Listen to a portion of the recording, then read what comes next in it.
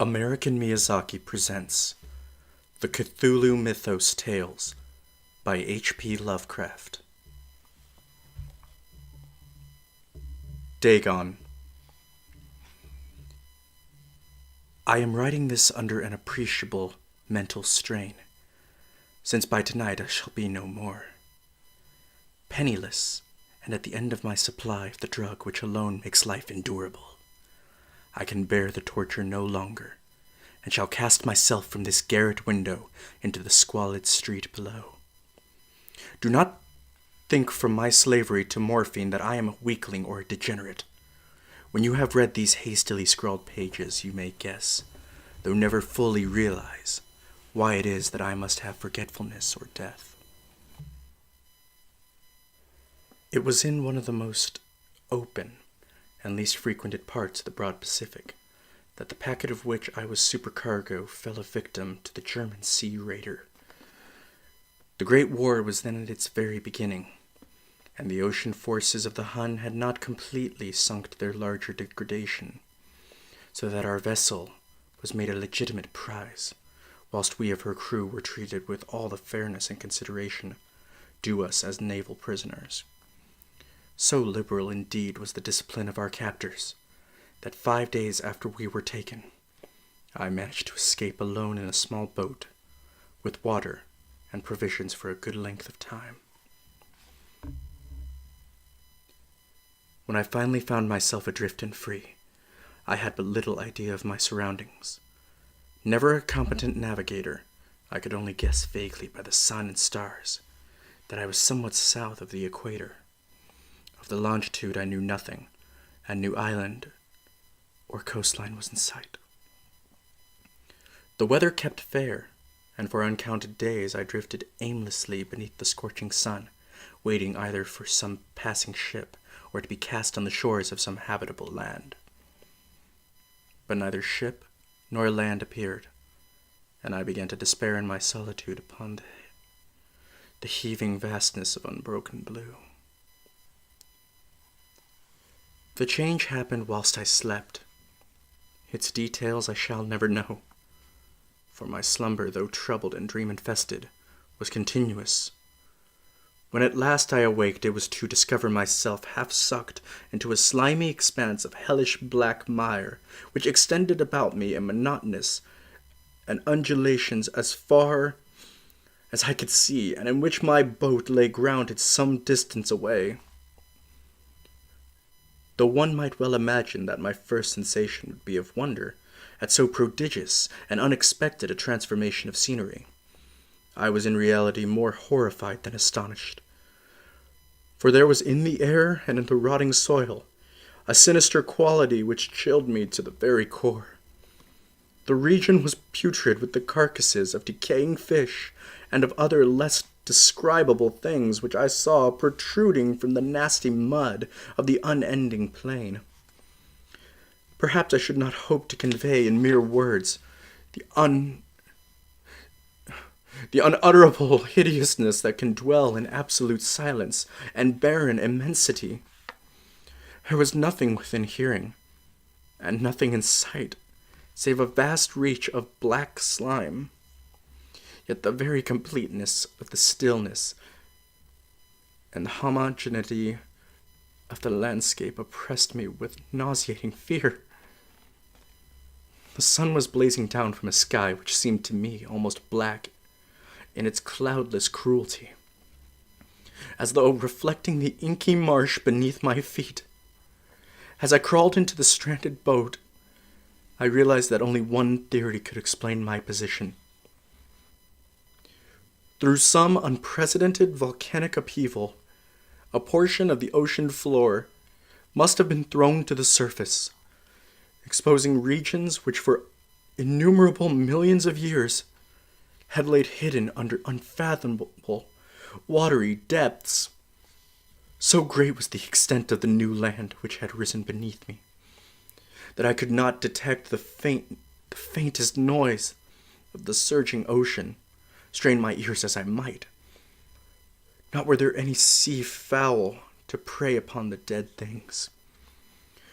For several hours I sat thinking or brooding in the boat, which lay upon its side and afforded a slight shade as the sun moved across the heavens. As the day progressed, the ground lost some of its stickiness and seemed like to dry sufficiently for traveling purposes in a short time. That night I slept but little, and the next day I made for myself a pack containing food and water, preparatory to an overland journey in search of the vanished sea and possible rescue. On the third morning, I found the soil dry enough to walk upon with ease. The odor of the fish was maddening, but I was too much concerned with graver things to mind so slight an evil, and set out boldly for an unknown goal. All day I forged steadily westward, guided by a faraway hummock, which rose higher than any other elevation on the rolling desert. That night I encamped, and on the following day still traveled toward the hummock, though that object seemed scarcely nearer than when I had first espied it. By the fourth evening, I attained the base of the mound, which turned out to be much higher than it had appeared from a distance, an intervening valley setting it out in sharper relief from the general surface, too weary to ascend. I slept in the shadow of the hill. I know not why my dreams were so wild that night, but ere the waning and fantastically gibbous moon had risen far above the eastern plain, I was awake in a cold perspiration, determined to sleep no more. Such visions as I had experienced were too much for me to endure again, and in the glow of the moon I saw how unwise I had been to travel by day. Without the glare of the parching sun, my journey would have cost me less energy indeed. I now felt quite able to perform the ascent which had deterred me at sunset. Picking up my pack, I started for the crest of the eminence. I have said that the unbroken monotony of the rolling plain was a source of vague horror to me, but I think my horror was greater when I gained the summit of the mound and looked down the other side into an immeasurable pit of a canyon, whose black recesses the moon had not yet soared high enough to illumine. I felt myself on the edge of the world, peering over into the rim, into a fathomless chaos of eternal night, though my terror ran curious reminiscences of Paradise Lost and of Satan's hideous climb through the unfashioned realms of darkness. As the moon climbed higher in the sky, I began to see that the slopes of the valley were not quite so perpendicular as I imagined. Ledges and outcroppings of rock afforded fairly easy footholds for a descent, whilst after a drop of a few hundred feet, the declivity became very gradual, urged on by an impulse which I cannot definitely analyze. I scrambled with difficulty down the rocks and stood on a gentler slope, beneath, gazing into the Stygian deeps, where no light had yet penetrated. All at once my attention was captured by a vast and singular object on the opposite slope, which rose steeply about 100 yards ahead of me. An object that gleamed whitely in the newly bestowed rays of the ascending moon, that it was merely a gigantic piece of stone. I soon assured myself, but I was conscious of a distinct impression that its contour and position were not altogether the work of nature. A closer scrutiny filled me with sensations I cannot express, for despite its enormous magnitude and its position in an abyss, which had yawned at the bottom of the sea since the world was young, I perceived beyond a doubt that the strange object was a well-shaped monolith, whose massive bulk had known the workmanship and perhaps the worship of living and thinking creatures. Dazed and frightened, yet not without a certain thrill of the scientist's or archaeologist's delight, I examined my surroundings more closely. The moon, now near the zenith, shone weirdly and vividly above the towering steps that hemmed in the chasm, and revealed the fact that a far-flung body of water flowed at the bottom, winding out of sight in both directions, and almost lapping my feet as I stood on the slope. Across the chasm, the wavelets washed the base of the cyclopean monolith, on whose surface I could now trace both inscriptions and crude sculptures. The writing was in a system of hieroglyphs unknown to me, and unlike anything I had ever seen in books, consisting for the most part of conventionalized aquatic symbols such as fishes, eels, octopi, crustaceans, mollusks, whales, and the like. Several characters obviously represented marine things, which are unknown to the modern world, but whose decomposing forms I had observed on the ocean risen plain. It was the pictorial carving, however, that did most to hold me spellbound. Plainly visible across the intervening water, on account of their enormous size, were an array of bas-reliefs, whose subjects would have excited the envy of Doré. I think that these things were supposed to depict men, at least a certain sort of men. Though the creatures were shown disporting like fishes in the waters of some marine grotto, or pay homage at some monolithic shrine which appeared to be under the waves as well. Of their faces and forms I dare not speak in detail, for the mere remembrance were damnably human. It makes me grow faint, grotesque beyond the imagination of a Poe or Bulwer. They were damnably human in general outline, despite webbed hands and feet, shockingly wide and flabby lips, glassy, bulging eyes, and other features less pleasant to recall.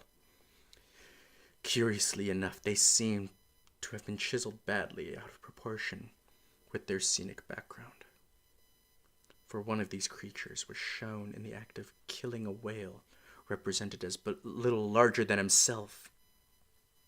I remarked, as I say, their grotesqueness and strange size, but in a moment decided that they were merely the imaginary gods of some primitive fishing or seafaring tribe, some tribe whose last descendant had perished eras before the first ancestors of the Piltdown or Neanderthal man was born.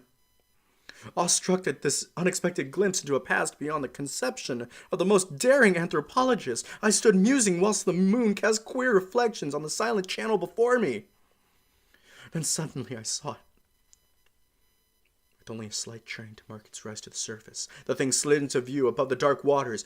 Vast, Polyphemus-like, and loathsome, it darted like a stupendous monster of nightmares to the monolith, about which it flung its gigantic, scaly arms that, while it bowed its hideous head and gave vent to certain measured sounds, I think I went mad then. Of my frantic ascent off of the slope and cliff, and of my perilous journey back to the stranded boat, I remember little. I believe I sang a great deal, and laughed oddly when I was unable to sing. I have indistinct recollections of a great storm some time after I reached the boat. But at any rate, I know that I heard peals of thunder and other tones which nature utters only in her wildest moods. I came out of the shadows. I was in a San Francisco hospital, brought hither by a captain of the American ship, which had picked up my boat in mid-ocean. In my delirium, I had said much, but found that my words had been given scant attention. Of any land upheaval in the Pacific, my rescuers said nothing, nor did I deem it necessary to insist upon a thing which I knew they could not believe.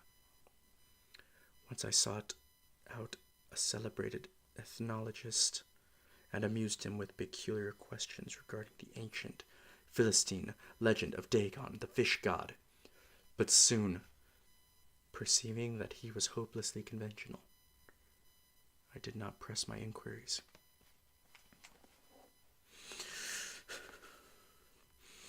It is at night, especially when the moon is gibbous and waning, that I see this thing. I tried morphine, but the drug has given only transient surcease, and has drawn me into its clutches as a hopeless slave. So now I am to end it all, having written a full account for the information or the contemptuous amusement of my fellow men. Often I ask myself if it could not all have been a pure phantasm, a mere freak of fever as I lay sun-stricken, raving in the open boat after my escape from the German man-of-war. This I ask myself, But ever does there come before me a hideous vision in reply. I cannot think of the deep sea without shuddering at the nameless things that may at this very moment be crawling and floundering on its slimy bed, worshipping their ancient stone idols, and carving their own detestable likeness on submarine obelisks of water-soaked granite. I dream of a day when they may rise above the billows to drag down in their reeking talons the remnants of puny, war-existed mankind. Of a day when the land shall sink and the dark ocean floor shall ascend amidst universal pandemonium.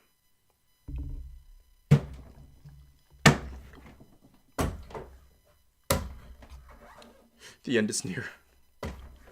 I hear a noise at the door, as of some immense slippery body lumbering against it. It shall not find me. God, that hand! The window! The window!